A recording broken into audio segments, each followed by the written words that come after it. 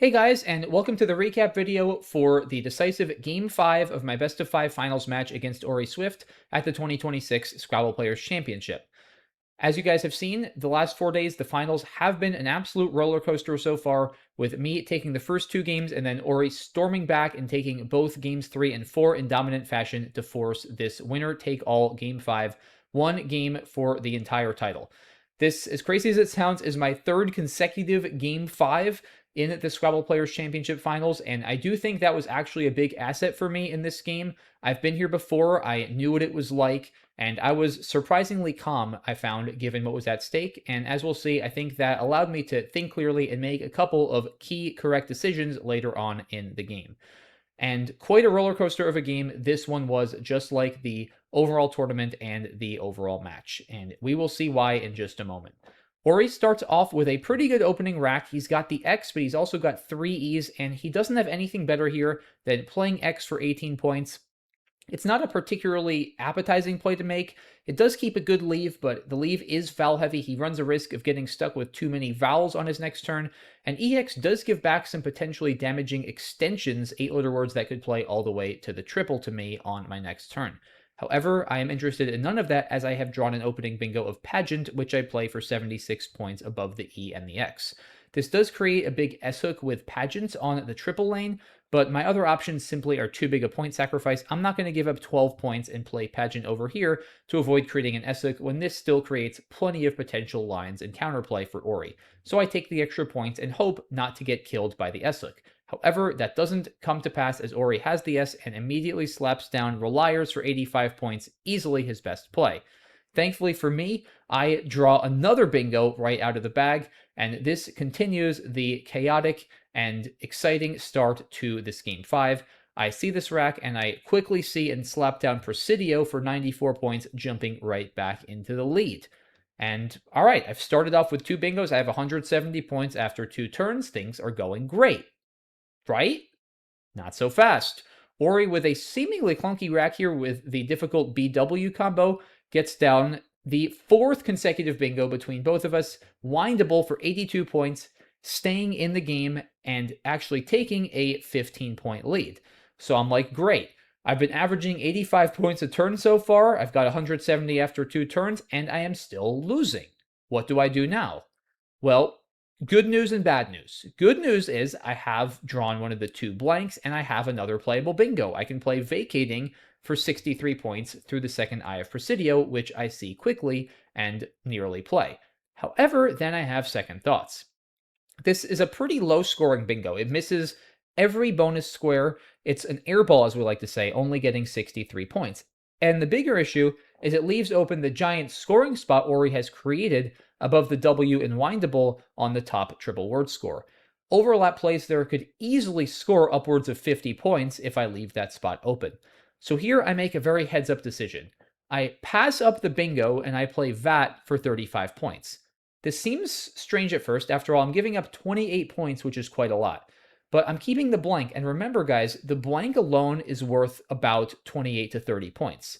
Now, I do keep CGN, which is a bit clunky. That's a lot of consonants. However, I figured that with the open Eye of Presidio, I would often draw into ING bingos there, or I could maybe draw 7s ending in ING with PEG on row 9, or even 7s along row 3, or through the O of Presidio. So I felt pretty good about my bingo prospects after VAT, since I do keep the valuable blank. And again, I felt it was necessary to take out huge plays that Orry could have on the top row. I felt if I played Vacating, then I didn't even really have that much of an advantage. I do take a nearly 50-point lead, but I figured Orry probably averages close to 50 on his next play by virtue of the top triple, and my hunch was correct. After Vacating, Orry averages 51.7 points, as you guys can see according to the Woogle's computer analysis. That is a massive amount. After VAT, Orry only averages 40.8. To be clear, that's still a lot. And that's because there are several good scoring spots still open on this board.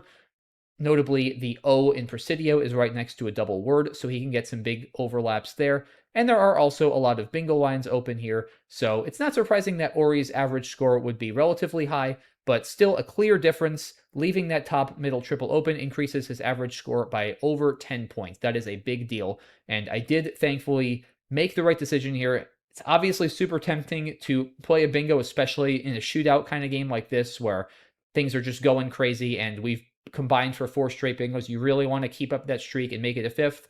But like I said, guys, I'm thankful I was calm. I think if I were more stressed, I would have just slapped down vacating, but I'm glad I took a deep breath, reassessed the situation, and realized that yes, you want to be stylish and bingo here, but style points don't matter. This is game 5 of the finals of the championship. You've got to play good Scrabble, you've got to play precise Scrabble, and that is what I managed to do here. So this was a good decision, and it worked out very well because while Orry made a very nice play of Invoke here for 42 points, which is easily best for him, he would have been able to play Invoke above Windable, making Ow, Key, and N for 62. So my decision saved me 20 points effectively because Orry got 20 fewer for this play than he would have if I had bingoed with vacating. So this play worked out well for me. However, it didn't work out in the sense of my next rack. I get a poor draw here, pulling 3 more consonants. The one thing I really wanted to avoid, CGG, NNS blank, no playable bingos. And there is really nothing to do here, guys, other than the play I made. Gang for 16 points. You hate to score only 16 when we've been trading blows with bingos and 40-point scoring plays back and forth, but there is just no other option here. I got to get rid of these constants. CNS blank gives me a great chance to bingo on my next turn. I am 76.4% to bingo between the open vowels in Presidio and the Eye of Invoke, lines for 7s and other lines for 8s. I mostly just need to dodge a draw of 3 more consonants on my next turn, which is pretty unlikely. So hopefully for me, that does not happen. Orry has a bit of a clunky rack here. He is also struggling with too many consonants. However, he does at least have one vowel in the O and also the semi-vowel of the Y, as we like to call it. And he's got a lot of options here, many of which involve playing the word hotly in some capacity. He plays hotly for 27 through the O of Invoke, keeping LOT. The computer prefers playing the same word hotly in this spot for the same score, keeping LT. I think for a couple reasons. Number one, the O is actually not an asset here. Yes, it would be Orry's only vowel with the play he makes in his leave, but the pool is actually vowel heavy now, guys. If you look at the unseen tiles, there are more vowels than consonants, which is unusual for this point of the game. Remember, the game starts with 42 vowels, 56 consonants, and the 2 blanks. So seeing more vowels than consonants barely halfway through the game, if not even less than halfway through the game, is rare, and that is definitely something Orry should adjust for here. So keeping LT not as much of a problem as it might normally be because he is likely to draw more vowels. It also plays off one more tile, and with both blanks and 2 S's and some other good scoring tiles unseen, getting an extra shot at one of those tiles could be nice. But the biggest reason the computer prefers this placement of hotly is almost certainly because it blocks a bunch of the floaters in Presidio, thereby significantly reducing my chances of bingoing. Another factor in favor of this placement may be a possible inference from my last play of Gang. Gang strongly suggests I am heavy on consonants if I played off 3 consonants for a relatively small score. So blocking tiles like the I and the O that are open for bingos that could really be an asset to my consonant heavy rack has added benefit for Orry. Of course, the computer, like I've said before, is not thinking that way. It is not inferring, but that could potentially be another reason Orry may be better off playing on this part of the board. Another option it's worth mentioning is he could play Holy for 38 points. This does score a lot more, but it keeps a doubled T, which is not great, and it also allows me some more counterplay, a lot of easy plays to that Y that'll score well for me and bail me out of an otherwise troublesome rack. So very tough turn for Orry here. A lot of mediocre to decent options. The computer, like I said, prefers playing on this part of the board, but his play here certainly keeps the board a lot more open, keeps things a bit more volatile, has merits as well. In any case, he plays this, and I do not draw what I want after Gang. I pull 3 more consonants, once again, including the troublesome J. And I spent a long time on this turn, guys, because it felt like I should at least have something decent. After all, I have a J, 2 S's, and a blank, and I just could not find anything.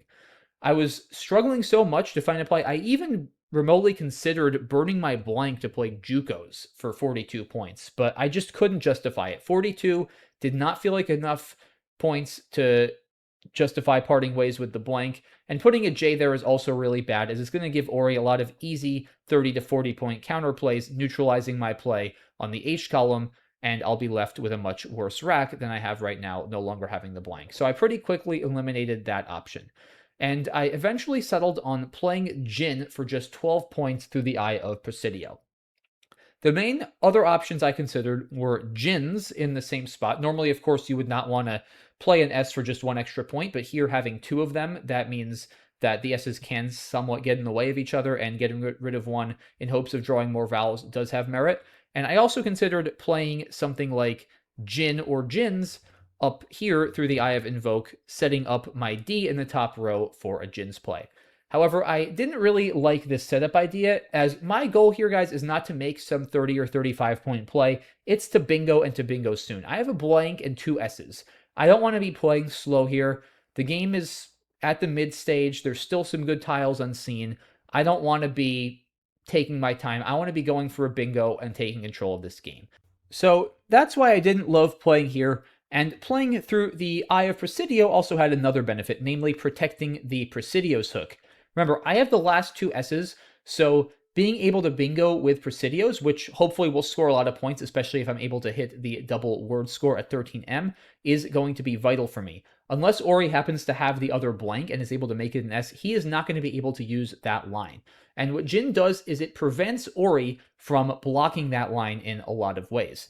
If I leave this area of the board open, let's say again I place something like gins on the top left, it's very easy for Orry to make a play horizontally through the O of Presidio, or even overlapping the O on the right, which would effectively block the Presidio's hook. If I play gin over here as I did, then Orry can no longer play through the O or effectively overlap it. His only way to block it would be to either hook gin, which is going to be very hard to do. There's only one N remaining for gin, DJINN, with two N's, which he's not likely to have. And again, there's no S's he could use for gins. So with that unlikely, the other really only viable option would be to play under the D of gin and make a play horizontally on row 12. And it's just not very likely he'd have a long enough word there to reach the double word score at 12D. So he'd likely be having to go significantly out of his way to block. And if he did block that way, I also set up gins as a backup, and I could hopefully hit a 7-letter word starting at M9, going down with gins and scoring well. And that's the biggest reason why I didn't want to play gins. I liked setting up that backup S-hook for myself in the event that Orry tried to block Presidios. It also has the added downside playing gins, that is, of blatantly telegraphing to Orry that I have the second S. I'm obviously not going to waste an S for 1 point without having the second S in reserve, and that could be valuable information for Orry and lead him to be more eager to block the Presidio's hook, knowing I have the final S. And again, I really want that hook to stay open. It's such a good bingo line for me. So I didn't want to make it blatantly obvious to Orry that I was sitting on the S, let alone both of the last S's. I wanted to leave him not so eager to block that hook. So that is why I played gin. I think this was the correct play. The computer does slightly prefer gins, but for all those reasons I mentioned, I am completely fine with gin in this case. Orry did draw a bunch of vowels after hotly, and here he didn't really have a good option. He has no good way to score a lot of points. He plays ABBA for 17, which makes a ton of sense. AELRT is a fantastic leave. He has bingo lines. He can either front hook X to make something like Rex or Lex. He can play under the PE. He can play through the I or the N of invoke. He can play the left of the Y of hotly. His bingo percentage is very high after this play, almost 60% according to the computer engine. Another option he could have gone for is Alar here, which does score a lot more. It's 26 points. This play actually does initially seem better, but its bingo percentage is going to be significantly less. You'll see he only bingos 32%. That is a huge hit, guys. The biggest reason is EORT is a good leave, but especially in a pool as vowel heavy as this one, it's way weaker. There are 5 O's left, 6 E's, both of which would be pretty toxic to this leave to duplicate. So he being AELRT is just going to leave Orry much more likely to bingo. Generally, when you're going for a bingo with these kind of racks, it's better to have an extra constant because it's hard to bingo with 4 or especially 5 vowels. And the more good bingo tiles you can keep, the less chance of drawing like a U or a Q or something that's going to mess up your bingo chances. So heads up play by Orry here, giving up the 9 points, but dramatically increasing his bingo percentage, easily a sacrifice that's worth making.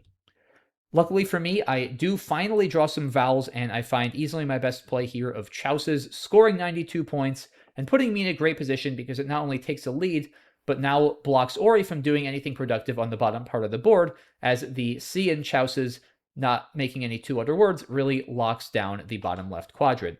However, my lead was short-lived, as Orry, thanks to his heads-up play on his last turn, has a good enough rack to bingo Thankfully for me, it's a relatively low-scoring bingo, but it's a bingo nonetheless. Inflator for 63 points. It gets Orry right back into this game and puts me into one of several very difficult positions I would be in towards the mid to late stages of this decisive Game 5. Trailing by 9 points, holding AAEFMMU, and playing into a very interesting pool.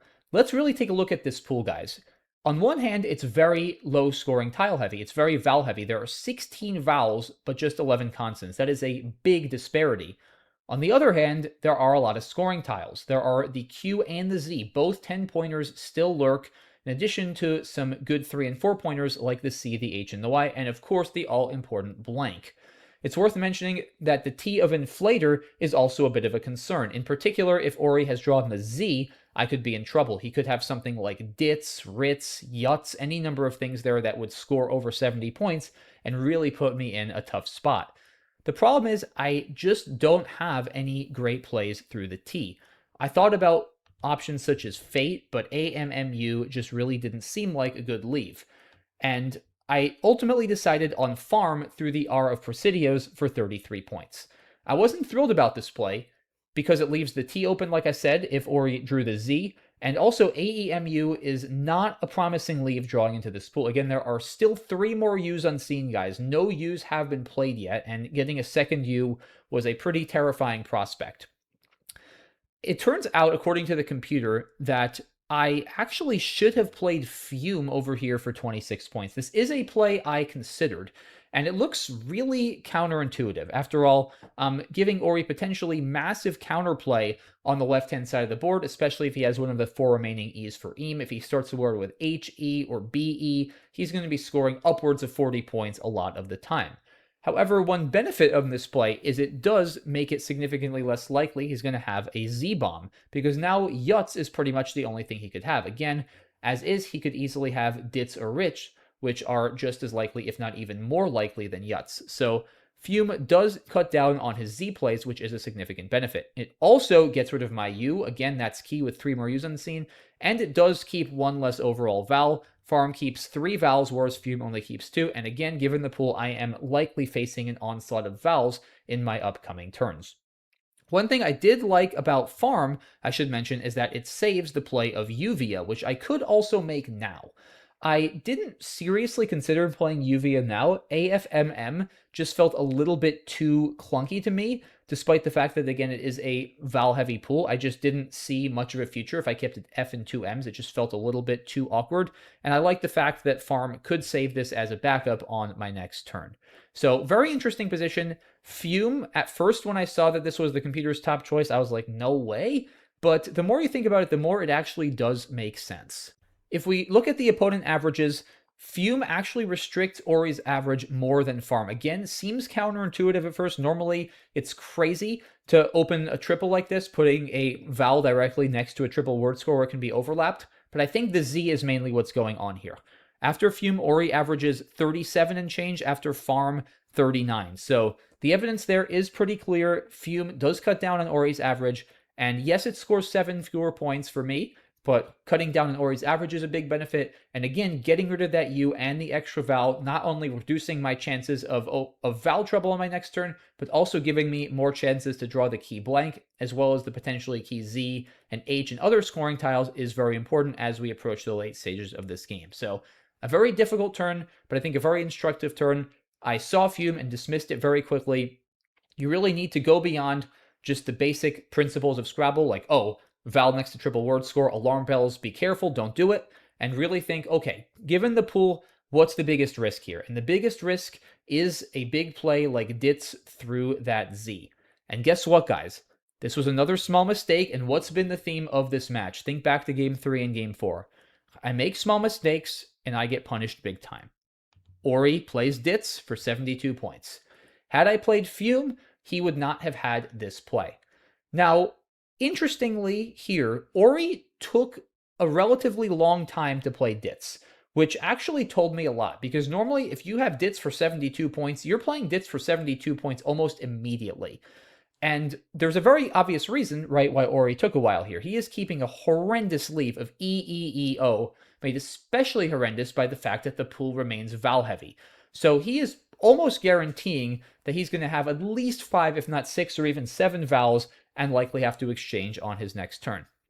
He told me later he strongly considered giving up 22 points to play Zine for 50. However, he wisely didn't do that, as the leave is still pretty bad. While he does keep the D, which is nice, it's still a bad leave. He gives me a lot of counterplay through the Z. I could easily hit Quiz or something disastrous to build my lead more, and he needs to grab the points here and just hope for the best. So he makes the right decision, but he takes a long time, which again tells me something. It tells me that he is likely keeping a terrible leave with this play, because if he kept a good leave, he would have played it almost immediately and much more confidently. And that leaves me in this critical position. I'm now trailing, and really for the first time in this game, I'm starting to really not love my chances and feel a lot of pressure. I'm down by 48 points. I have drawn more vowels. I've drawn the Q, which is interesting. I have a U, so obviously I'm not too upset to see the Q, but the problem is I just have no good plays for the Q on this turn. And this is where I am going to disagree significantly with the computer's assessment of this situation. The computer wants me to dispose of the Q by playing either Toke for 16 or Rogue for 16, and I considered both of these plays. However, this is what I saw as the problem. If I play either of these plays, let's say I play Toke, then it's too easy for Orry to take control of the game. After Toke, I'm still going to be down by 32 points, and it's going to be Orry's turn. There's really only one good bingo threat for me after Toke, namely the D of Dits, maybe the RN Inflator as well. But it's very easy for Orry to simultaneously block both of those with a play through the D. And I just did not really like my chances to outscore Orry without a bingo. With the Z and the Q now gone, there aren't a lot of good scoring tiles left. I do have the M, but I'm likely going to draw a bunch of vowels to go along with the 2 I already have, and I just didn't see myself coming back very often after this play. Orry being up 30 and a turn on this board, that's a significant lead. I felt he was very likely to block on the left, and I just did not like my chances at all of coming back after this kind of play. So I felt like here I needed to do something a bit more creative. And that's when I started considering, all right, maybe I keep the Q. Maybe I play something like Mono through the N of Invoke, scoring 22 points and keeping AEQU, which is actually a really good leave. The Q goes really well with the U and other vowels, and I have a decent chance to draw some bingos. The problem is, a lot of those bingos aren't going to play. Really, the D, once again, is my only bingo line, and it's often getting blocked. And if that gets blocked, let's say I even get lucky and draw into something like Acquired to that D, then what am I doing? The Q doesn't really have a great plan on this board if the D gets blocked. It doesn't go well on the bottom part of the board near Chouses. It doesn't go well on the right part of the board. It doesn't go well through the M of Mono. There's really nothing I can draw through the M there that would hit the triple and use the Q. So again, I just didn't like my chances with plays like this that were passive. So I felt here, I know I'm only down 48, which is not a lot, but I felt given my clunky rack here and how quickly this game was progressing, I needed to be a bit more aggressive, and that I needed to play this more as if I was in a deficit than it might seem. And that's when I came up with the crazy idea to play Moo for 16 points, which looks ridiculous. I'm creating 2 massive spots. I'm creating a bingo line on the bottom of the board, hooking M to make Eam or Emu, and I'm creating a bingo line on the right, hooking Moo to make something like Moor or Moot.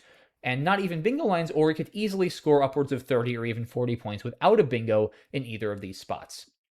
But what's good about this is 2 things.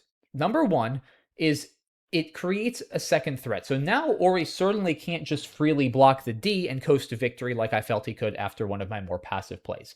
And the other key thing here, guys, is my read on Orry's rack after Dits. Like I said, he played Dits slowly and deliberately. So I felt he was likely keeping a horrendous leave. Again, I feel if Orry has a decent leave with Dits, he slaps that down immediately. So I put him on probably a 4-vowel leave after Dits, and looking at that pool, it seemed quite possible he would have at least 6 vowels and possibly be saddled with multiple U's. So I'm figuring he's probably sitting on a terrible rack. This is a good time to create an opening, as he may not be well equipped to address it.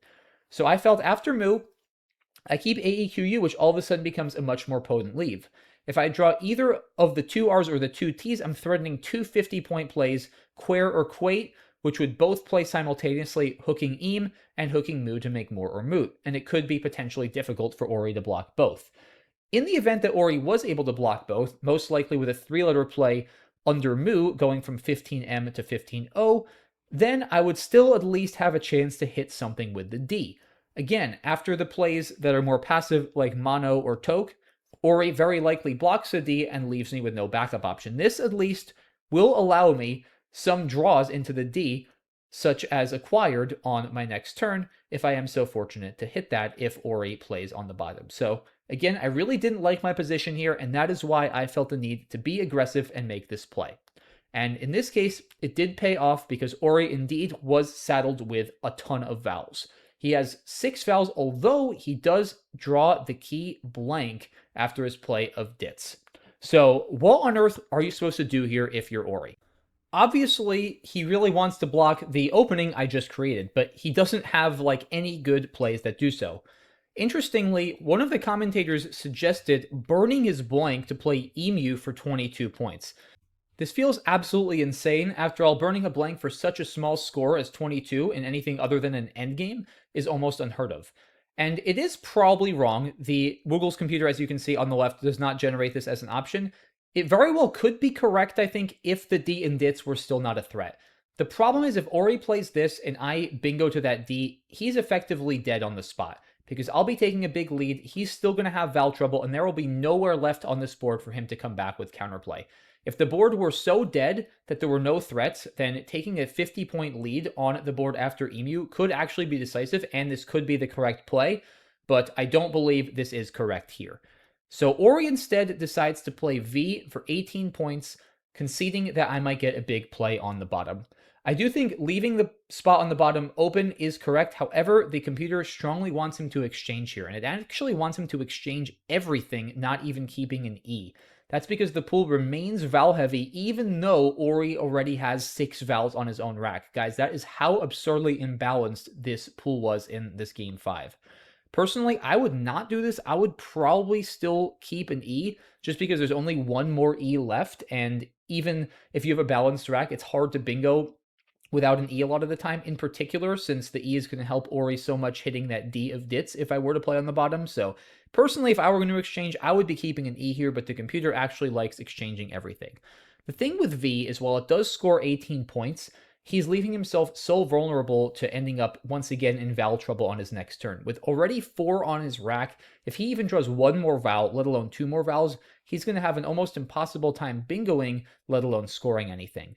So in this case, if Orry is going to leave the bottom open, it seems like, according to the computer, his best approach is actually to what the commentators dubbed fight fire with fire, and think, okay, if I, being Mack, bingos, Orry wants to leave himself in the best possible shape to bingo back and re-seize control of the game.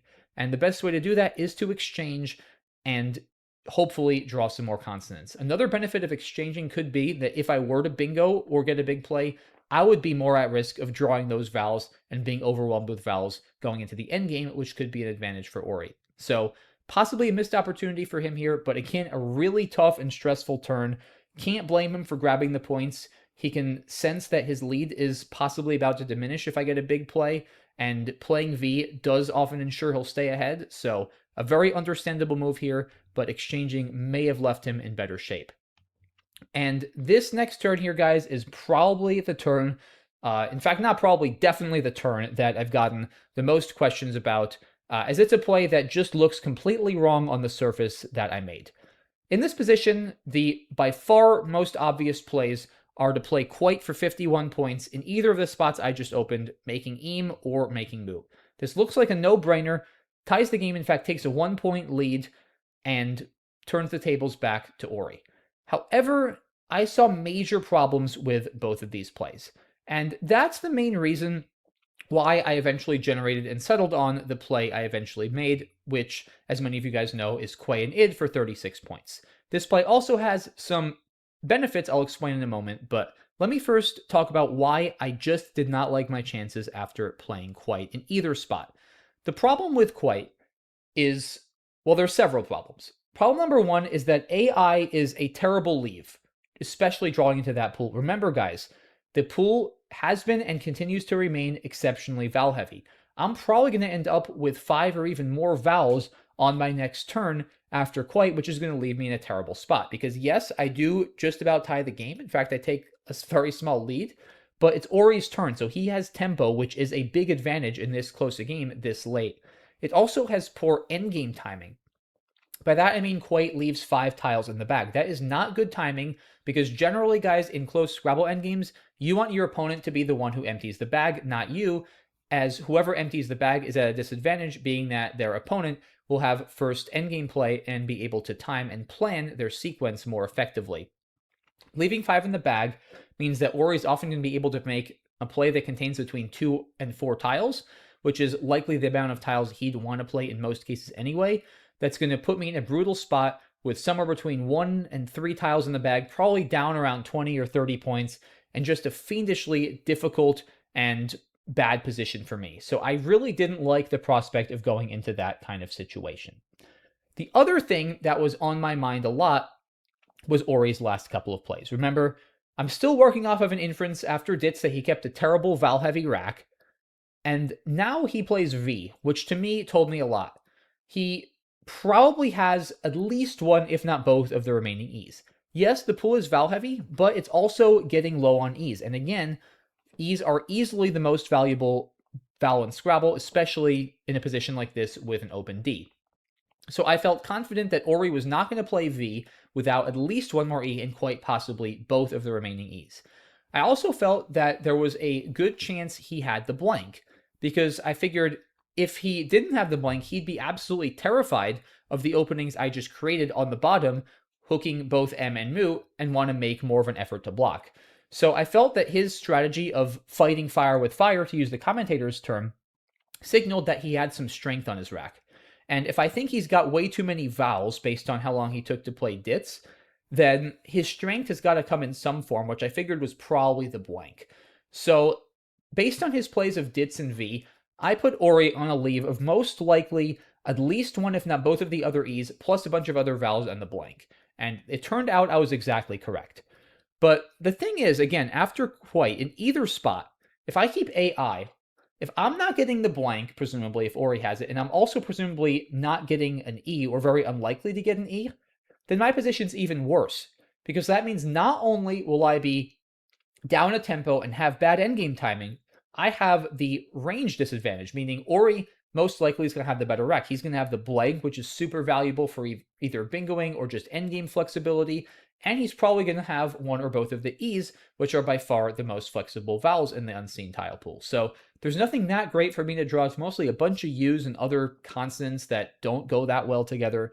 So I just felt like everything was working against me. Yes, I take a 1-point lead, but everything else is working against me after quite. I just did not like my chances. And that goes for either of these two placements of quite. Neither of them felt that much better to me than the other. Honestly, they both felt like they would leave me in a really poor spot. Probably I would go with this one if I had to choose, just because, again, without getting an E, presumably, assuming Orry has them, I'm going to probably be more likely to be able to use the Mu hook. I am decently likely to draw an R or a T to be able to make a play there. Whereas if I did play over here, I would have to heavily rely on drawing an E for eam, with emu not being that useful as not a lot of words end in a U. And again, I wouldn't want to count on that. So probably if I were to play quite, I would have played it over here, but I still did not like my chances. So then I was like, all right, well, if not that, then what do I do? Do I keep the Q? Do I try to play the Q elsewhere? I started thinking about where I could play the Q elsewhere, and that's when I noticed I could actually play Quay here for 36 points. And at first I was like, no, I can't do that. I mean, it's 15 fewer points. 15 is a massive amount to give up in this close a game, and it still keeps a vowel-heavy leave. But then I thought about it a little more. Yes, it's a vowel-heavy leave, but it's a much better vowel-heavy leave.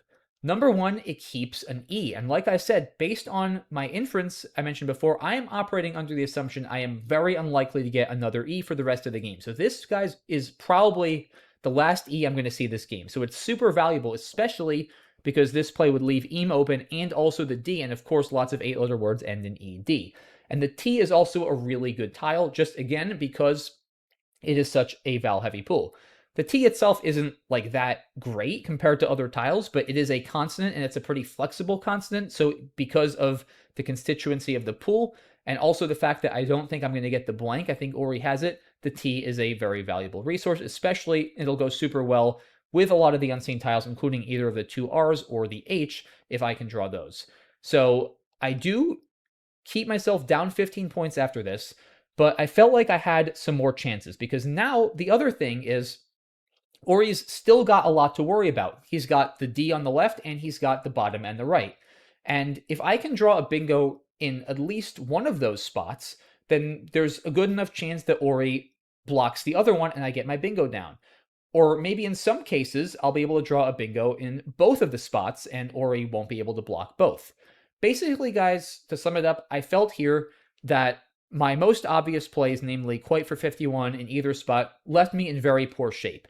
And that whatever I did, I had to be a bit more aggressive and I had to leave myself more of a chance to bingo. I felt my chances of outrunning Orry being down 50 in this spot with this poor timing were extremely low, and I needed to rely more heavily on a bingo. So because of that, I felt scoring now was less of a priority. If I manage to bingo after Quay, that's going to be enough most of the time, even though I'm still down 15, and keeping EIT certainly leaves me more likely to bingo. Not necessarily likely to bingo. According to the computer, I only bingo around 22% of the time. It's interesting that that matches the computer's assessment of my win percentage after Quay. Basically, it's saying that if I bingo, I should win the majority of the time, but I really do need to bingo to win. If you look at Quite, then my bingo percentage is down to just about 14. So the computer still thinks that I win some of the time when I don't bingo after Quite, which is believable, although again, I really felt it was extremely unlikely. And to me, I was in a position where I had to bingo, and in that kind of mindset, the difference between 22% and 14% is very significant. The last thing I'll say about Quay is that I saw one more potential sequence of events that could lead to a victory for me if I made this play.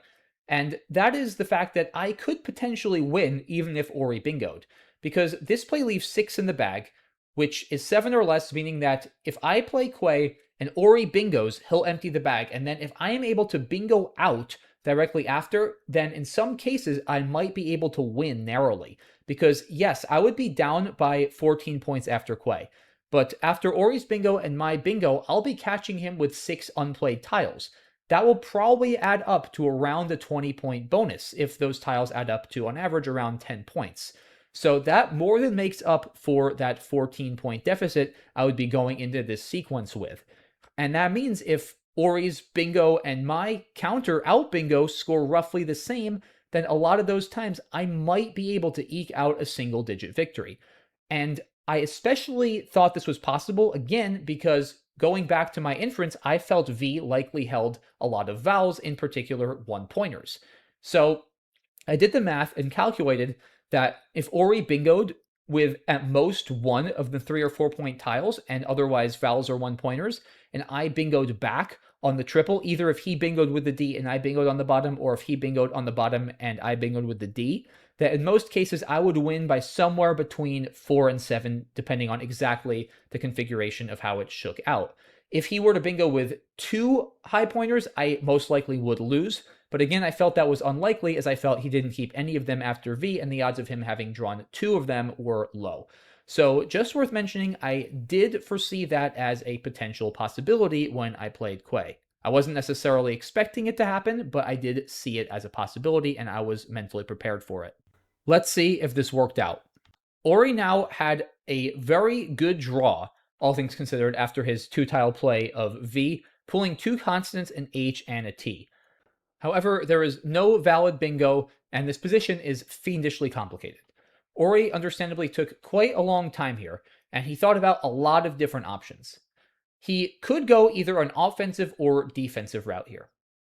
The unseen tile pool is still not great, it's still vowel heavy, but because of several of the recent vowel dumps, it's gotten a little bit stronger and potentially more threatening for me to bingo.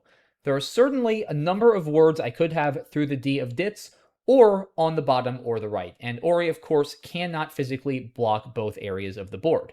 So if he were to go the defensive route, he would have to pick one part of the board, block it, and basically just pray I can't hit the other spot. So that would look something like playing the word touche using the blank for 40 points, making emu, sos, and o. This puts Orry up by 54 points, which would certainly be enough to outrun anything I might have other than a bingo. The problem is, if I were to bingo with the D, it's game over. I would bingo out and win the game on the spot. Perhaps Alf would be slightly better because it leaves one in the bag, and Orry could conceivably outrun my bingos, although it's still very hard to imagine. Orry would be going up 50 after this. I'd be bingoing. If I hit one of the triples, I'll be scoring 80 plus. Even if I don't hit a triple, I'll probably be scoring 65, and then with just drawing one tile, be effectively guaranteed an outplay. So I don't think it matters too much. The engine very, very slightly prefers Alf over Touche, but effectively, if Orry goes this path, it's going to come down to if I don't bingo with the D immediately, he wins. If I do, he loses. And this will win for him the vast majority of the time. After all, my chances of hitting the D are low. If you expend the computer analysis, or Orry's opponent's bingo percentage, in other words, my max bingo percentage is 5.9% after Touche. Unsurprisingly, his estimated win percentage of 94.1% and my bingo percentage of 5.9% add up to 100. Touche wins if and only if I, Mack, do not bingo. And 94% is pretty good, but especially with so much on the line, guys, I can't tell you how scary a play this would be to make. I have been in similar situations like this where I've known this kind of thing was the best play, but it is so hard to get yourself to make the play because you're basically just praying that your opponent doesn't have the bingo. You know, if they hit the bingo, it is over, period. You have no opportunity to come back. And it's very debatable whether a play like Touche or Alf is even correct here. The other option for Orry is, like we've kind of been saying, continuing to fight fire with fire. Orry here could figure that because he has the blank, if he can get rid of a couple of his vowels now, he's often going to draw a bingo on his next turn. And what could happen is if Orry fishes one or two tiles and draws a bingo, even if I bingo, then that could give Orry a path to victory. Because then Orry, not me, would be the one to bingo out. So if he fishes, the top fish, according to the engine, appears to be due for 6 points, keeping EHOT blank.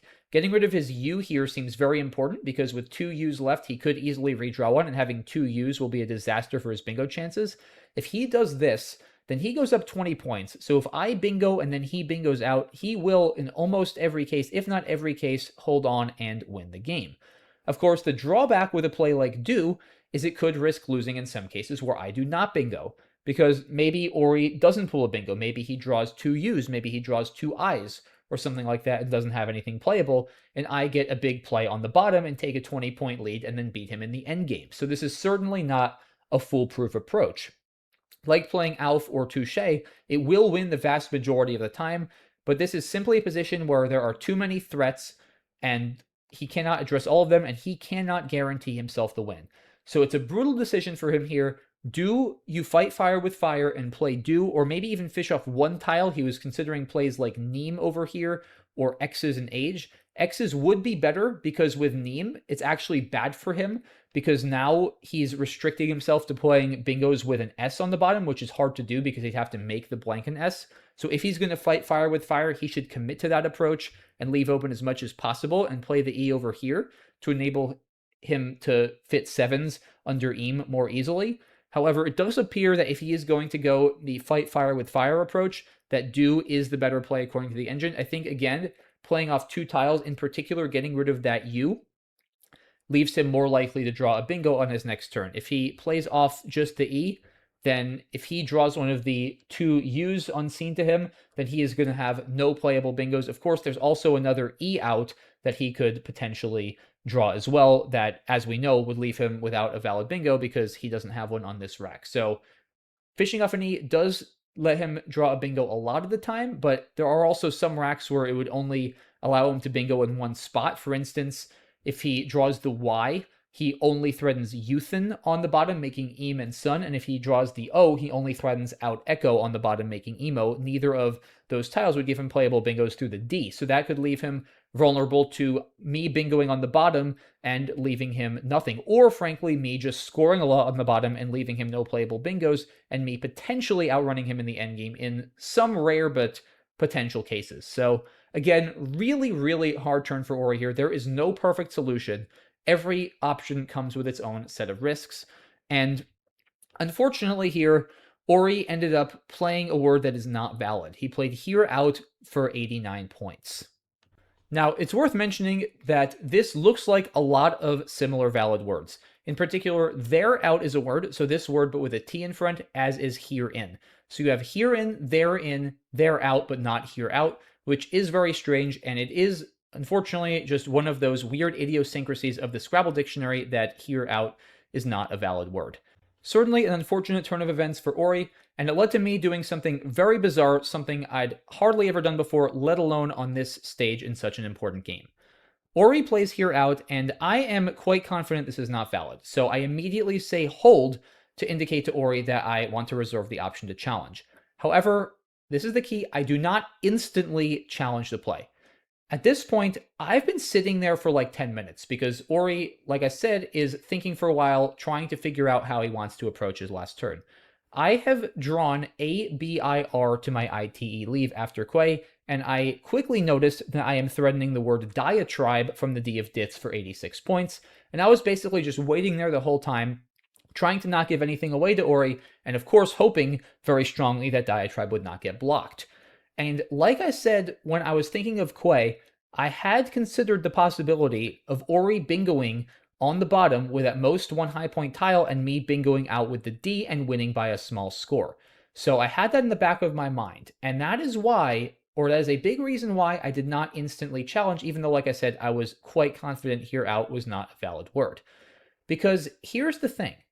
If I intentionally let here out stay on the board, I have a guaranteed win. If I play diatribe, that is 86 points, and that gets me to 496.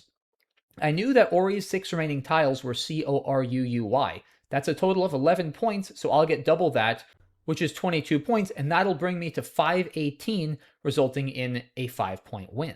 So what I did here is I kept Orry on hold to again reserve the option to challenge, and then I double-checked my tracking and quickly checked my addition for the whole game, because what I really wanted to make sure didn't happen was I decided to let this phony go bingoed out and then somehow lost the game on a recount due to a math error. So once I double-checked everything, I still had about a minute or so on my clock. I decided to intentionally accept the phony bingo of here out and bingo out with diatribe to take the sure win by an absurdly high final score of 518 to 513. It certainly felt very bizarre to win the game in this way by intentionally accepting the phony bingo, but it was the path that gave me the most certainty of winning the game. And again, I didn't really care here if I won the game by 5 points or 1 point or 500 points. All that mattered was winning this game given the match play format. It's worth mentioning I could have still won if I challenged off the phony, but that didn't leave me as certain.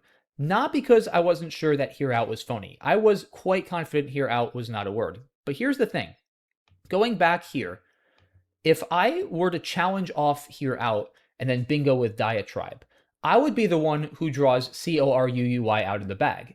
And then if Orry were to bingo out with something else that happened to be valid, I would lose the game, because then remember, he'd be the one getting that unplayed tile bonus, and that would easily be more than enough to offset my narrow 5-point win that actually happened. Now, of course, as we saw on the computer analysis, Orry does not have a valid play here. It's just showing here out because that's what he played and I accepted it. But he doesn't have a valid bingo here. I, however, of course, am human. I'm not a computer. I have really good word knowledge and word finding, but I'm not perfect. And I was more confident in my math that I would win the game by 5 if I accepted here out in this position than I was confident that he 100% didn't have some other valid bingo. Either a 7-letter word on the bottom of the board, or maybe even an 8-letter word that could fit through the T of pageants. That is a sneaky line, guys, I haven't really mentioned before. it is theoretically possible if you make at least 2 overlaps with reliers to fit an 8-letter word through the T of pageants. So especially with not a ton of time on my clock and Orry having a blank on his rack, I was like 98% sure, but definitely not 100% sure that he couldn't have had some other valid bingo. And I certainly was not willing to chance the championship on having missed a word on a blank rack, which are notoriously hard to compute and go through even at my level. I felt far more confident in my ability to double check my tracking and re-add the game with the 2 or 3 minutes I had and ensure a 5-point victory that way. It's worth mentioning if this were not in the finals, if this were early in the tournament where spread mattered, I would almost certainly make the challenge and thoroughly take the time to iterate through, maybe even taking a 10-point overtime penalty if I needed to make sure that he couldn't bingo out elsewhere. But given this format with spread not mattering, I'm not going to get greedy here. I'm just going to take the sure win, and that's exactly what I did.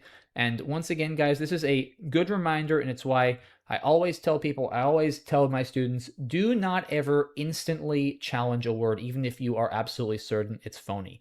Because sometimes there are hidden strategical benefits to accepting the word.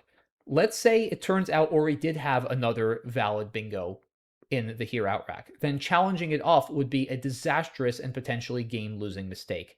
It turns out here I could have gotten away with challenging, but not challenging given the circumstances was far safer and more certain. So a very bizarre end to this game and to this series, and certainly a bit of an unfortunate one. I really did feel a lot for Orry here. He obviously played an amazing tournament, an amazing match, an amazing game, and it was a shame for it to end this way, but it certainly doesn't take away at all from the fact that he's an awesome player and also an awesome person. He's an absolute class act. He handled himself super professionally after this really tough loss, both towards me and towards everyone else there. So huge kudos to Orry on not only an awesome performance throughout this tournament, but also on just being a great guy and a great competitor. Overall, I am quite confident, also, as I've said multiple times, that he will absolutely be back in this position and he will absolutely get one of these titles in due time. And I look forward to hopefully having many more great games and battles together. So major shout out to Orry, major shout out to everyone on their support, both before, during, and after the tournament. And of course to you guys for bearing with me while I've been putting in the work to recover from the tournament and make all of these videos.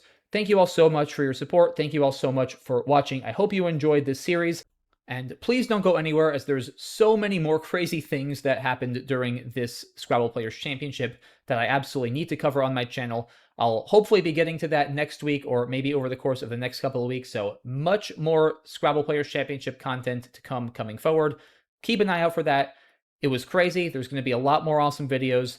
I look forward to sharing all of that with you. Once again, thank you all so much for watching. Appreciate the support. Have a great rest of your day. Have a great weekend, and I will see you all very soon for more content.